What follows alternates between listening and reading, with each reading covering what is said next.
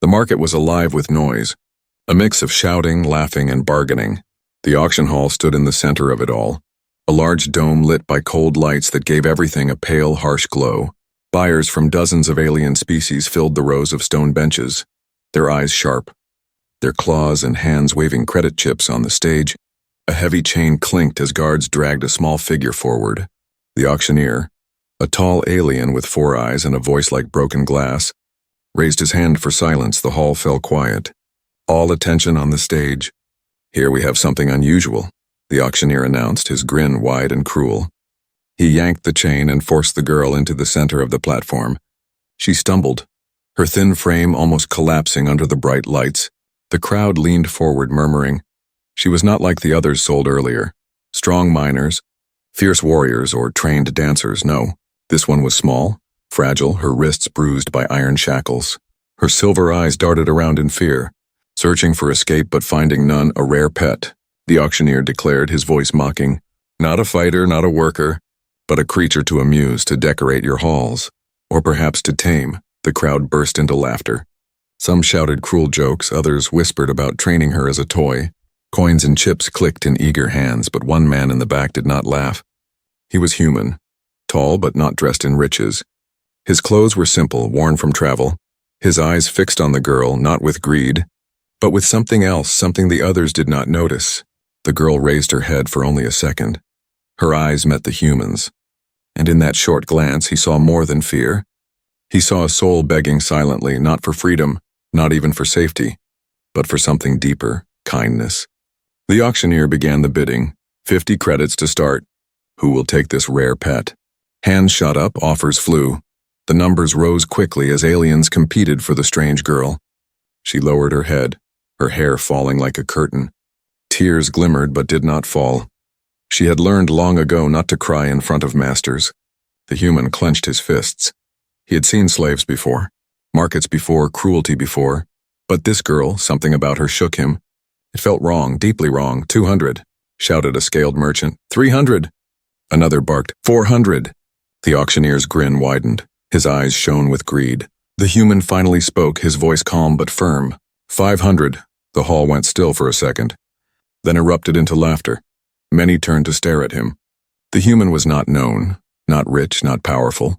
To outbid nobles and merchants was madness. The auctioneer smirked. "Ah, a bold move, human. Do you think you can keep such a prize?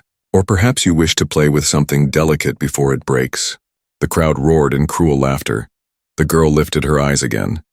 Her lips trembled. She did not know this human.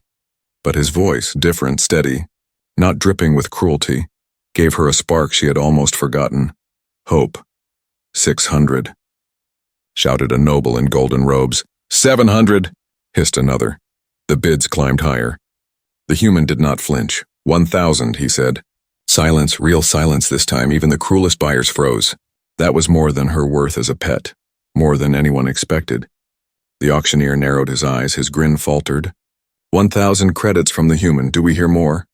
No one answered. Some muttered, some sneered, but none wanted to throw so much for something so useless. The hammer came down, echoing like thunder. Sold. To the human! Gasps and whispers filled the hall. Some laughed at the foolishness. Others shook their heads. The girl stood frozen. Her chains heavy, her mind racing. She could not understand. Why would anyone pay so much for her? The guards shoved her forward, pulling her from the stage. Her steps dragged as she was forced down the stairs, closer to the man who had bought her. The human waited, his face unreadable. He did not smile, he did not mock. He only stood steady as the girl was pushed into his reach. For a heartbeat, silence fell between them. Her eyes lifted, his eyes met hers. And in that small space, something unspoken passed. She had been called a pet, mocked, and treated like nothing, but in the human's eyes, for the first time in years, she saw something different. Recognition of her soul.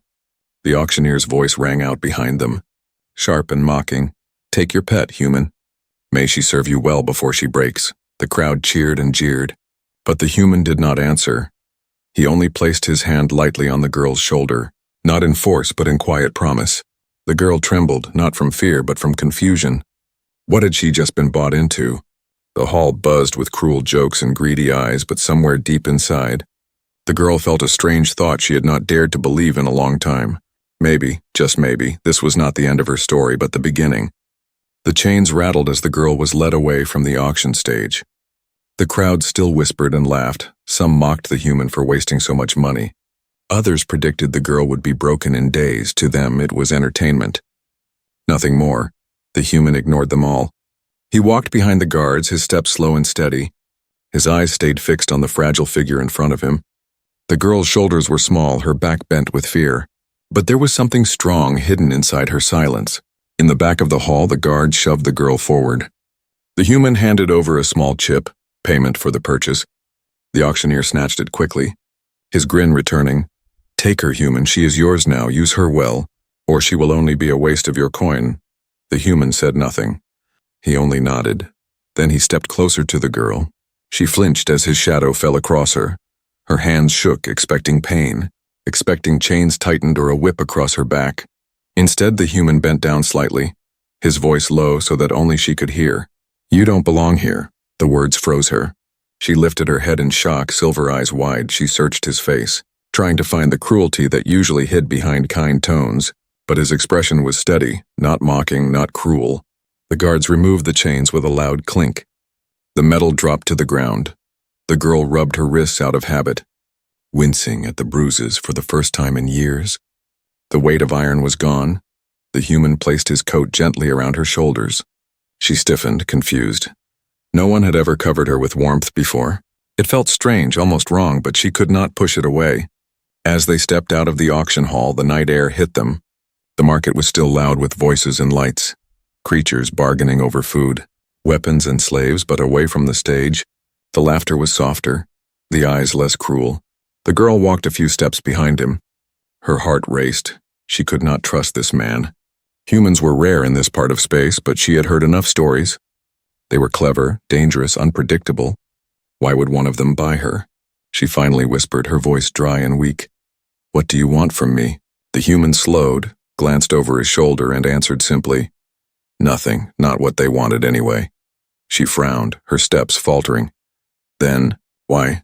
"Because," he said, turning his eyes back to the road, "I saw someone worth saving. Not a pet." Her lips parted, but no words came. The memory of the auctioneer's laugh burned in her mind. His cruel word, pet, still echoed. But this human had said it differently. He had seen more. They reached a small transport ship on the edge of the market. It was old, scratched from travel, but clean. The ramp lowered with a soft hiss. The human motioned for her to enter. She hesitated. Her bare feet stuck on the metal ground.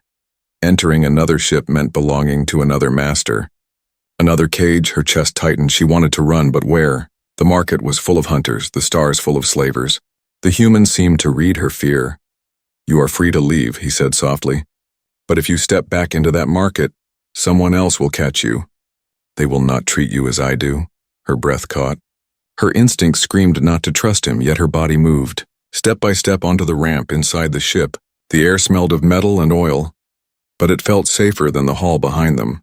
He showed her a small corner, a narrow bed with a blanket folded on it. "You can rest here," he said. "No chains, no orders. Just rest." She stared at the bed like it was an alien object.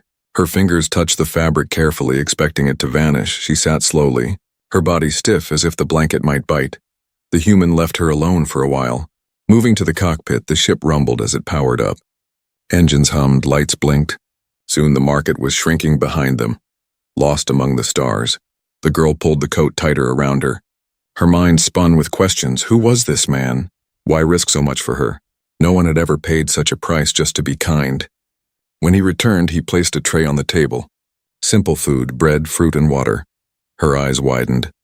Her stomach twisted with hunger, but her hands shook too much to reach.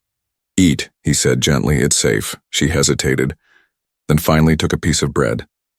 The taste was soft, real, not the hard scraps she was used to. A single tear slipped down her cheek. She wiped it away quickly, ashamed. The human did not comment. He simply sat across from her, watching quietly. His presence was strange, calm but firm, not like the chaos of the market. When she finally spoke again, her voice cracked. "What will happen to me now?" The human leaned back, his eyes thoughtful. "That depends on you. You are not my pet. You are not my servant. You are free." The word hit her harder than the chains ever had. Free. She had not heard that word in years, maybe never truly. Her chest rose and fell quickly, her heart pounding. Could she believe it?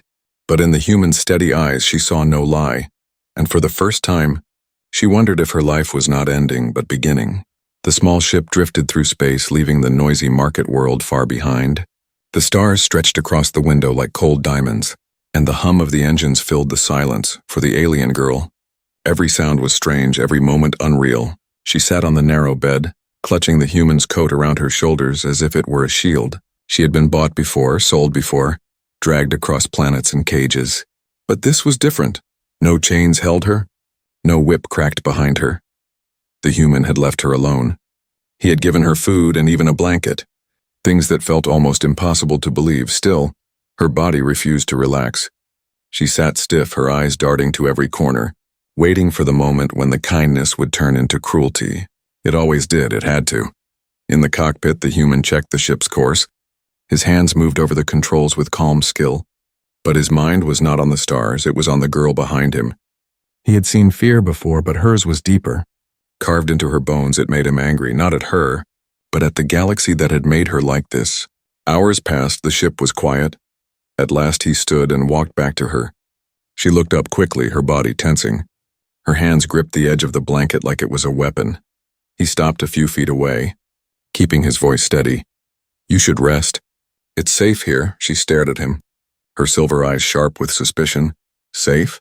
She repeated softly, almost like the word itself was dangerous. Nowhere is safe. Her voice trembled. But it carried truth. The human did not argue. He only nodded. You're right. Not out there, he pointed toward the stars, but here, with me. You don't need to fear. Her lips pressed into a thin line. She wanted to believe, but her past screamed against it. Still, she lowered her gaze, unsure of what to say. The human pulled a chair and sat across from her. Not too close, not too far. He rested his hands on his knees. Showing no threat, what's your name? He asked gently. She froze. No one had asked her that in years. Masters never cared. To them, she was thing, slave, or worst of all, pet. The auctioneer's cruel voice echoed in her head. She whispered after a long silence. Lyra. The human gave a small nod, repeating it softly. Lyra. The way he said it carried weight, respect, like he was placing the word carefully into the air. Lyra swallowed hard. The sound of her own name felt strange, almost heavy. She had forgotten what it was like to hear it without mockery. And you? She asked suddenly, surprising herself. She had never dared ask a master's name. But something about this human made the question slip out. Call me Jacob, he replied. Just Jacob, her brows furrowed. Not master? Jacob's jaw tightened. He shook his head firmly. No, never call me that. I'm not your master, do you understand? Her chest tightened, her mind spun. If he was not her master, then what was he? Why had he bought her at all? The question burned in her throat, but she could not ask it, not yet.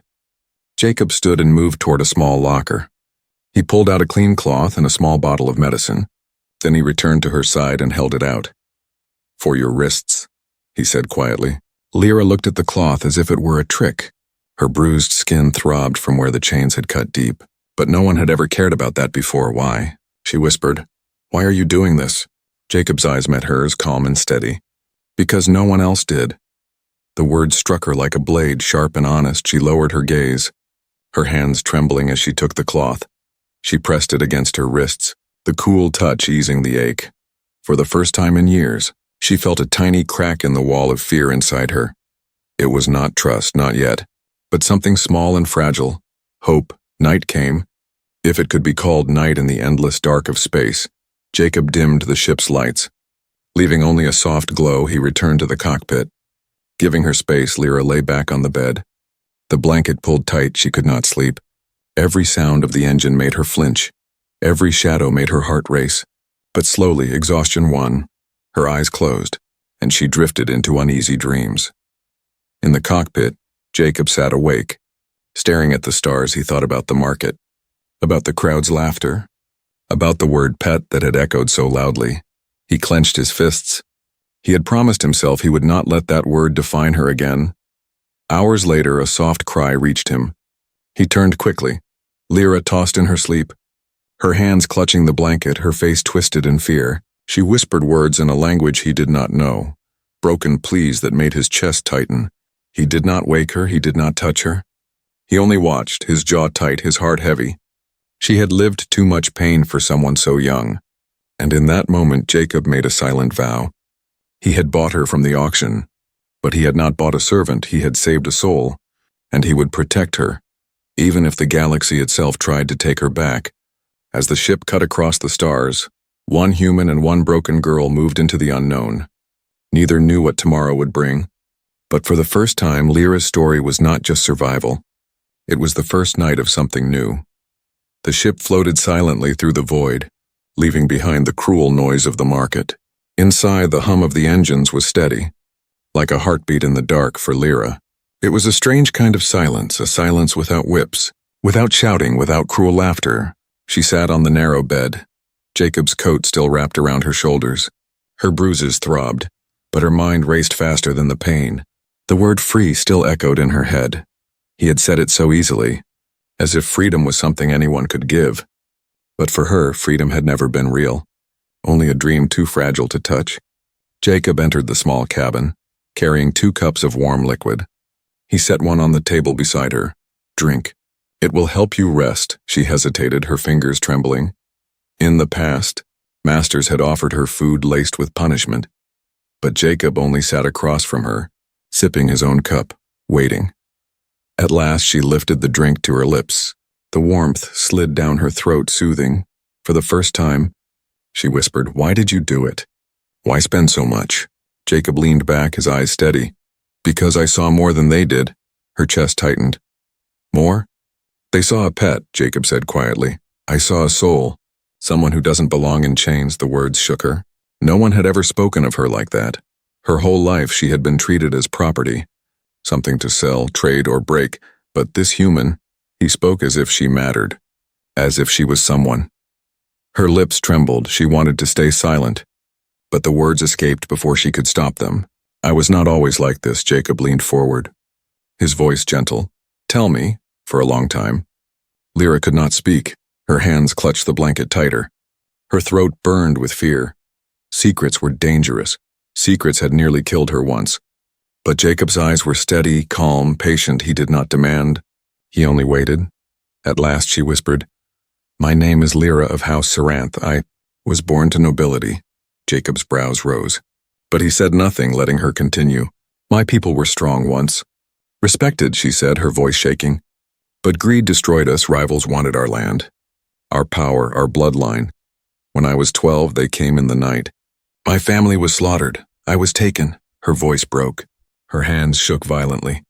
Jacob did not move closer, but his jaw tightened. His silence was not disbelief, it was anger.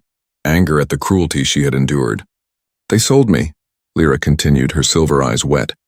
"From cage to cage, world to world. Every year another master, another chain. I learned quickly, never speak my name. Never tell the truth or they would kill me." Too, Jacob's heart ached. He had seen war, he had seen slaves, but this was different. To strip a child of her name, her family, her life, it was monstrous. "You survived," he said softly. "That alone shows your strength." She shook her head fiercely. "No, I was weak, I obeyed, I stayed quiet. I lived because I was too afraid to die." Jacob's voice sharpened. "That's not weakness, that's survival. And it means you're stronger than they ever knew." The words stunned her. For years she had carried shame like another chain, believing herself broken, useless. But Jacob's voice turned that shame into something else, something she had never dared to feel. Pride. Silence stretched between them, but it was not empty. It was heavy with truth she had buried for so long. At last she asked, her voice barely a whisper, "What will you do with me now that you know?" Jacob's answer was simple, but his tone carried steel. "Protect you. No one will call you a pet again, not while I breathe." Lyra's throat tightened. Her vision blurred, she turned her face away, hiding tears. She did not want him to see. She had cried enough in her life, but the tears came anyway. Soft and silent, Jacob stood slowly. He did not touch her. He knew trust was fragile. Instead, he said, "Rest, we'll need strength for what's ahead."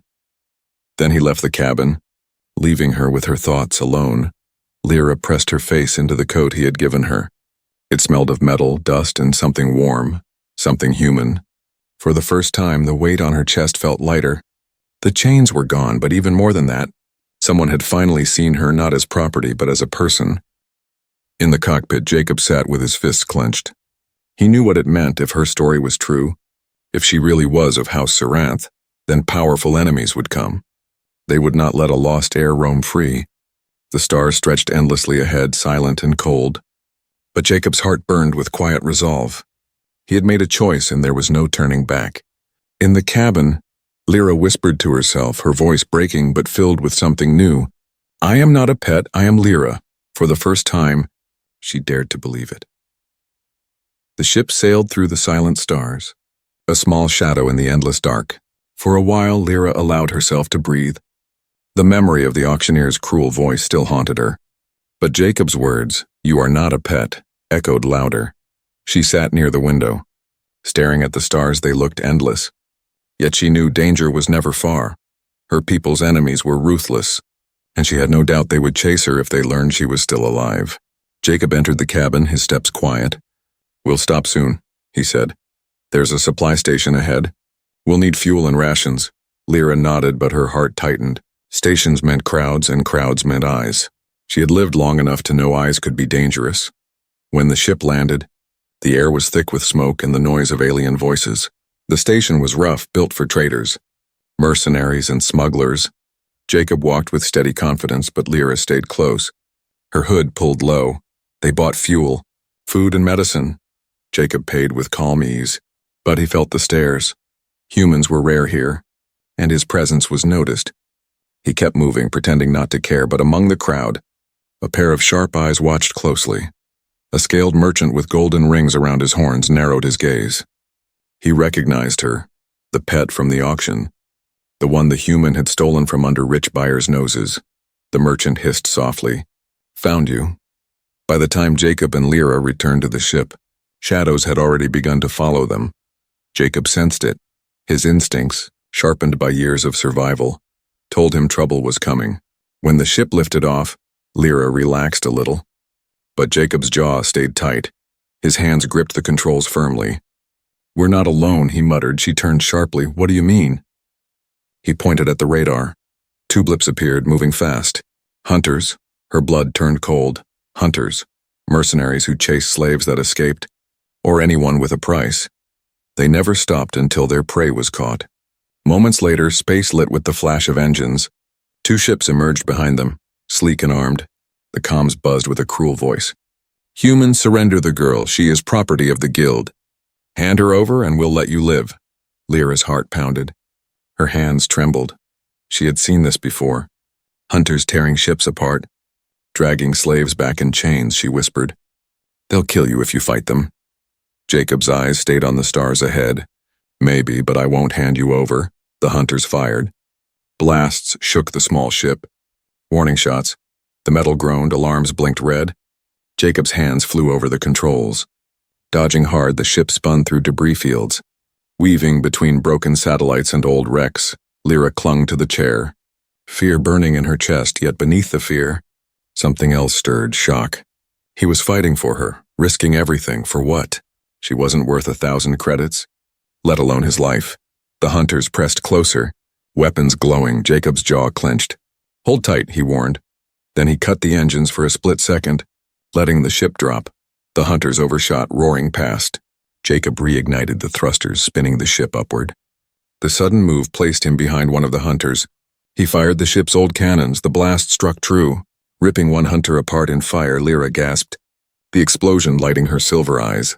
The second hunter cursed over comms. "You'll pay for that, human." The chase continued. The remaining hunter fired again, shaking the cabin. Sparks rained from the ceiling. Lyra cried out, ducking under the smoke. Jacob pushed the ship into an asteroid belt. Huge rocks tumbled through space. Smashing against each other, the hunter followed. But Jacob's smaller ship darted between the stones, quick and clever. The hunter's larger craft scraped against a massive rock, tearing a wing. Jacob seized the chance, spinning the ship and firing again. The second hunter exploded in silence, leaving only broken fire in the void. For a moment, the stars were quiet. Jacob's chest rose and fell heavily. His hand stayed on the controls, steady behind him. Lyra trembled, Her chest tight, her eyes wet, she whispered, "Why? Why fight them? You could have given me back, saved yourself." Jacob turned his head slightly. His eyes met hers, calm but fierce. "Because you're not theirs. You never were." Her breath caught, her throat closed. She wanted to speak, but the words would not come. Instead, she whispered softly, almost to herself, "No one has ever fought for me." Jacob's gaze softened. "Get used to it." The cabin fell quiet again. Only the hum of the engines filling the space. But inside Lyra, something had shifted. The chains around her heart loosened. Her fear was still there, but for the first time, it was joined by something new, trust. Fragile but real, far away on another world. Word of the hunter's failure spread. A noble with cruel eyes slammed his fist against a table. "Find the girl, find the human. Bring them both to me." The galaxy had taken notice, and danger was far from over. The ship floated in the quiet after the battle. The stars outside were calm, but inside the cabin silence pressed heavy. Smoke curled from the damaged wires, and the faint hum of the engines carried the weight of survival. Lyra sat on the narrow bed, her hands trembling. Her heart was still racing from the chase. She could not forget the fire of the hunter's ships exploding. She had seen many deaths in her life, but never had someone fought for her. Never had someone chosen her over their own safety. Jacob moved through the ship, checking panels, sealing broken pipes. His face was calm, but his eyes were sharp with focus. When at last he sat down across from her, the silence between them stretched. "You're hiding more than fear," Jacob said quietly. His voice was not accusing, only steady. "Those hunters didn't just want a runaway slave. They wanted you for something bigger." Lyra's breath caught. Her silver eyes flickered to the floor. She wanted to deny it, but she could not. Jacob had risked too much. He deserved to know the truth. Slowly, her lips parted. "You already know part of it, my name." "My real name is Lyra of House Sarenth." Jacob leaned back, his jaw tightening. He had guessed before, but hearing it from her own mouth made it heavier. "House Sarenth," he repeated. "That name once meant power." Her voice cracked.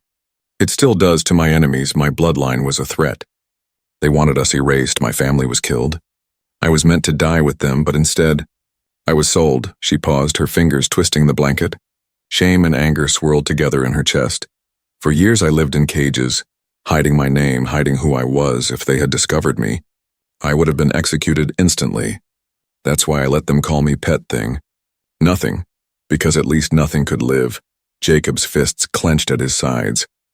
He had seen cruelty before, but this, turning a noble heir into a slave, stripping her of her name, it was monstrous. "So the hunters," he began. She nodded quickly. "They know, or at least they suspect, if they return me, if they deliver me to my enemies, they will be rewarded with more than gold. They will be given power." Jacob leaned forward, his voice low. "And if you live? If the galaxy learns the heir of House Sarenth is still alive?" Lyra's eyes burned. "Then my enemies will fear, because my bloodline carries claim. My people would rise again, my family's allies would rally, and those who betrayed us would face judgment." Her voice was filled with quiet fire, not the broken tone of a slave, but the steel of someone who still carried her family's shadow. For the first time, Jacob saw not just a frightened girl, but the spark of a leader. Still, she lowered her head, her strength cracking. "But I am only one girl, weak, broken. Who would follow me now?" Jacob's answer was sharp, his eyes steady. "I would." Her breath caught, her heart thudded painfully. She looked up into his eyes, searching for mockery, for pity, but she found none.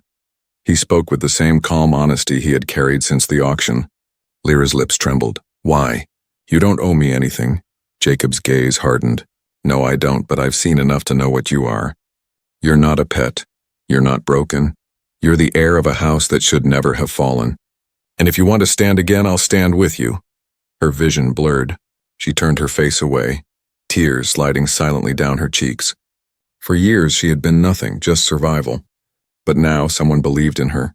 Someone who had no reason to. When she finally spoke, her voice was soft but filled with something new. "If I rise, the galaxy will burn before it bows. They will not let me breathe freely." Jacob's tone was steady. "Then let it burn, we'll make it through the fire." The ship shuddered, a warning light blinking on the panel. Lyra stiffened, but Jacob only sighed. "Engines need repair. We'll have to stop on the edge colonies. It's risky, But we'll manage, Lyra nodded faintly.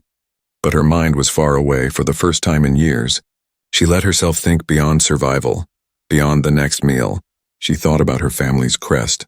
Her people's songs, her name spoken with pride. Her chains had defined her for so long, but Jacob's words had broken something deeper. The lie she had carried inside, the belief that she was worthless. Now, she whispered her truth into the quiet cabin, her voice fragile but steady. I am Lyra of House Saranth, daughter of the fallen, heir of the forgotten. Jacob turned toward her, his lips curving into the faintest smile. And soon the galaxy will remember, far away, in halls of polished stone and gold. A council of nobles met in secret. Their voices hissed with anger. The girl lives, one said, slamming a fist. If she rises, everything we built falls. Send every hunter, every spy, find her. The storm was coming, and in the small ship drifting between the stars, Jacob and Lyra prepared. One was a human with no title, no crown. The other was a girl once called Pet. Together, they held the truth that could change the fate of the galaxy. The ship drifted in the shadow of a dying star, its glow painting the cabin in red light. Jacob adjusted the controls, his jaw tight. He knew they had little time. The galaxy was stirring, hunters were spreading word, and soon their enemies would come in numbers too great to outrun. Behind him, Lyra sat quietly, her silver eyes fixed on the window. She was no longer hunched, no longer just the broken girl from the auction. Her back was straighter, her gaze sharper. She carried the weight of truth now. She was not a pet, not a slave, but the last heir of House Saranth. Yet doubt gnawed at her heart. Jacob, she whispered, what if I am not enough? What if they kill me before I even stand? Jacob turned his head, his eyes steady. Then they'll have to go through me first before she could answer. Alarms blared. Red lights flashed. The radar lit with signals. Multiple ships closing fast. Hunters more than before, the council had acted. Jacob's hands moved quickly on the controls. They found us, he muttered. The comms crackled. A deep voice filling the cabin. Humans, surrender the girl. She belongs to us. Defy us. And you will both die. Lyra's breath quickened. Her chains may have been gone, but their voices pulled her back to every cage. Every cruel laugh, every night she wished to vanish. Her hands trembled. Jacob reached across and pressed his hand gently over hers. His grip was warm, steady. Look at me, he said firmly. She raised her eyes to his, silver against brown. You don't belong to them, Jacob said, his voice like steel. You never did, and I will not let them take you back. Her heart pounded. For years she had begged silently for someone to say those words. For years she had been nothing but property in others' eyes. But here was a human who saw her soul. The hunters closed in, their weapons charging. Jacob pushed the ship into a dive. Weaving between asteroids, blasts of plasma lit the void. Explosions shaking the hull. Hold on, Jacob shouted, spinning the ship through a narrow gap. A hunter ship clipped an asteroid, bursting in flame, but more followed, ruthless and fast. Lyra's fear turned to fire. She rose, pulling herself to the gun controls. Jacob glanced at her, surprised. You know how to use those? Her lips curved faintly, the ghost of a smile. Nobles are taught more than dance and song. The cannons roared. Lyra's aim sharp, she struck one hunter, then another. Explosions lighting the void, her hands shook. But her eyes burned with determination for the first time. She was not prey, she was fighting back. Still, the hunters pressed in. Too many. The ship rocked, panels sparking. Jacob gritted his teeth. We can't outlast them. We need something else, Lyra's mind raced. Memories of her family's teachings flashed. Old codes, hidden beacons. There's a Saranth outpost nearby, she whispered quickly. It was abandoned after the fall, but if the signal still works, allies might come. Jacob nodded sharply. Show me. Her fingers flew over the console. Entering codes she had sworn never to use, a pulse of light burst from the ship. A beacon older than memory had vanished into the stars. Moments stretched. Hunters drew closer, weapons ready to tear them apart. Lyra's chest tightened. What if no one comes? Then the stars shifted. A massive shadow emerged from the void. Not a hunter, but a warship, ancient, scarred. Bearing the crest of House Saranth, its guns lit the darkness, tearing into the hunters with brutal fire. The comms crackled again, but this time a new voice spoke. Strong and loyal. By the blood of Saranth. We answer. My lady, we are yours to command. Lyra's eyes widened. Her throat tightened. The fire of her people burned again. Not gone, not forgotten. Jacob looked at her, pride in his gaze. They're waiting for you. The hunters scattered. Fleeing the storm, the warship held steady, its presence like a shield across the stars. Lyra's hand shook as she reached for the comms. Her voice trembled but carried strength. I am Lyra of House Seranth. I am no one's pet, no one's slave. I am heir of my people. And with me stands a human who saw my soul when no one else would. The crew of the warship bowed their heads on the screen, voices rising together. For Seranth. For Our Lady. Tears slid down Lyra's cheeks, not of sorrow, but of something she had long thought lost. Belonging, Jacob placed a hand on her shoulder. Steady and quiet, his words simple but enough. You're not alone anymore. The galaxy had called her a pet, a slave, a nothing, but now she stood reborn, not because of her bloodline, not because of her crown, but because one human had chosen to see her as she truly was, not a pet, not a slave, a soul begging to be loved, and finally loved.